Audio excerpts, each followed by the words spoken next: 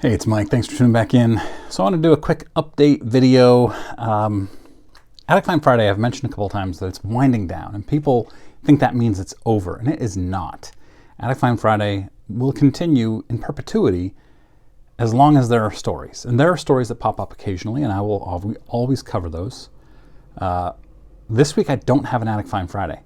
I do know there's no Attic Find this week, but I have quite a few non-sports and kind of sports adjacent attic finds that I loved, think are great stories that I'm going to cover in the months of June and July, just for fun. If you don't like them, that's fine. They typically get low numbers of views when I do these, but the people who do watch them love them. So I'm hoping more people will watch and have a little bit of fun. Video game stuff, there's it's just nostalgia. It's that era of time when I was a kid in the 80s and 90s, and things that have been found unexpectedly that have great backstories. And that's my jam. So you'll see some of that in the next couple months. I'm going to have some fun. I didn't put out a newsletter this week. I haven't yet anyway. I might get one out tomorrow. I've been exhausted. I need some time off. I have the entire month of July off, which I'm really excited about, but still trying to figure out what I want the newsletter to be, what it should be. It's going very well. I have almost 1,000 subscribers. Maybe I'll get to 1,000 this summer. I don't know. I'm doing an interview with Mike Summer for his podcast, so I'll make sure to share that when it comes out. I do that tonight. I don't know when he'll post it. I'll find out, and I'll post about it, or I'll put it in my newsletter, and then you can watch that. I've never been on his podcast before, so I'm excited for that. I'm supposed to be doing Bench Clear Media's Hobby Think Tank this week, taking over for Mike, the other Mike, because he's in Dallas-Fort Worth, where the storms are insane, so he's not able to go. Hoping he stays safe, obviously. So let's jump into a little mail day fun, I guess. I've already opened one of these things because it came last week. It's maybe the most impulsive purchase I've ever made with cards. It has nothing to do with sports. Well, it does. It does have a lot to do with sports, but it's more pop culture. When I was in college, maybe high school, I'm not sure when Happy Gilmore came out, but Happy Gilmore was my favorite movie. Happy Gilmore and Billy Madison back to back were at that age as a teenager just outstanding. And Happy Gilmore, I loved Shooter McGavin, and they just announced a Happy Gilmore 2 would be coming out. And so I immediately thought, oh man, I've got to get a Shooter McGavin card autographed. And I couldn't find a good one of Shooter McGavin autographed, but I did find the actor autographed, and so I picked that up. I'd really love to have a Shooter McGavin card autographed, but that's okay. This is Christopher McDonald. He's great in that role, just completely believable. What a blast. What a great movie. Very nostalgia-based purchase. And it's cheap too, so. All right, next up, I have not opened the other three things here, but I know what they all are. This was a redemption I got for dirt cheap on eBay a month or two ago. And I submitted it, and they filled it quickly. In fact, this one says rushed.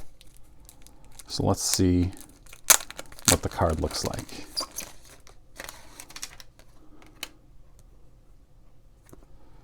Jaron Duran, rookie auto, numbered to 99.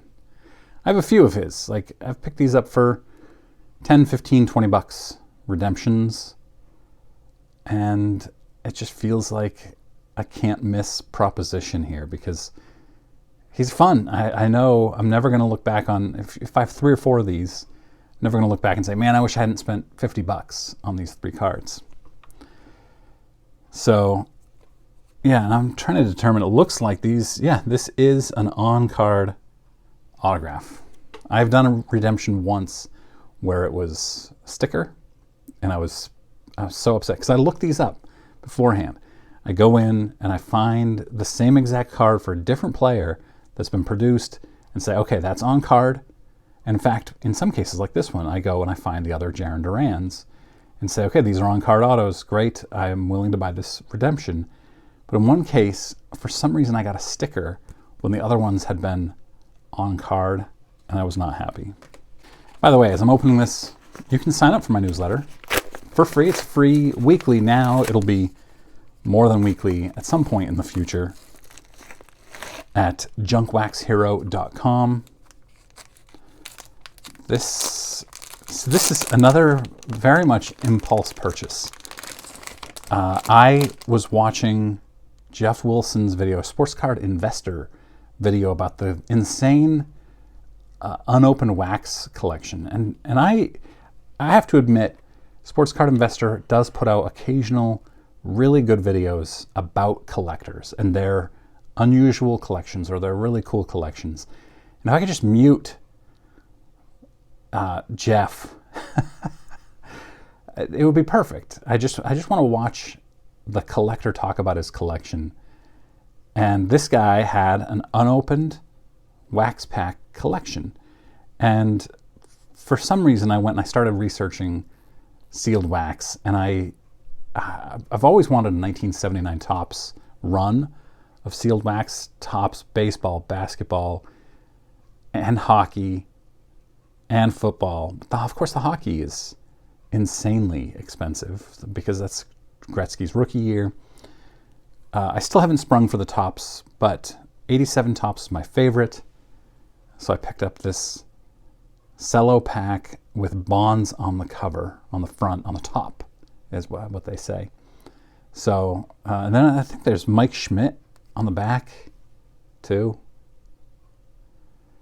So, yeah, I mean, $20. I'm not going to become a wax collector now, but in the right circumstances, I'm definitely down with that. I also got back into TTM recently. I had not done a TTM request in 9 months. I have sent off some to private signings, but not an actual TTM to the athlete at their home. So I sent off Boggs, Sandberg, and Jason Varitek. I expect the Boggs and the Sandberg back very, very quickly because they're both insanely reliable. But Varitek apparently only does his autographs in the fall, after the season ends, so probably early October for Red Sox fans. And I expect the Varitek, I sent his rookie card. It's an 892 Team USA card. Boggs and Sandberg, with Boggs I sent his 83 Fleer rookie and a Diamond King, and Sandberg I sent the Diamond King.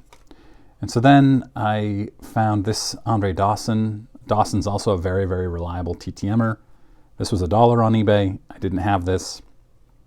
So I bought this. I'm going to send this off in the mail. I'm going to send a Brett Saberhagen rookie out. I'm just doing more TTM, which I love, and it's fun. There's not a ton more that I want to do TTM wise. I still have a lot of Diamond Kings I need to get signed, but most of those guys don't sign TTM if I haven't already gotten them. The ones left don't really do a lot of TTM. So, what do you think? What's your favorite one of these that I have here as my pickups? Make sure you're signed up for the newsletter, junkwaxhero.com. I appreciate it. I have this collection that I picked up in Vermont last weekend. I've looked through every single box. I'm going to do a video on it this week, tomorrow or Friday. I'm really excited about it, and then it's going to be a while before I really start digging into it. But I'll talk through my plans, and I'll ask for your advice on some stuff too, because I'm going to need some tips. All right, thanks very much for watching. Have a great rest of your day.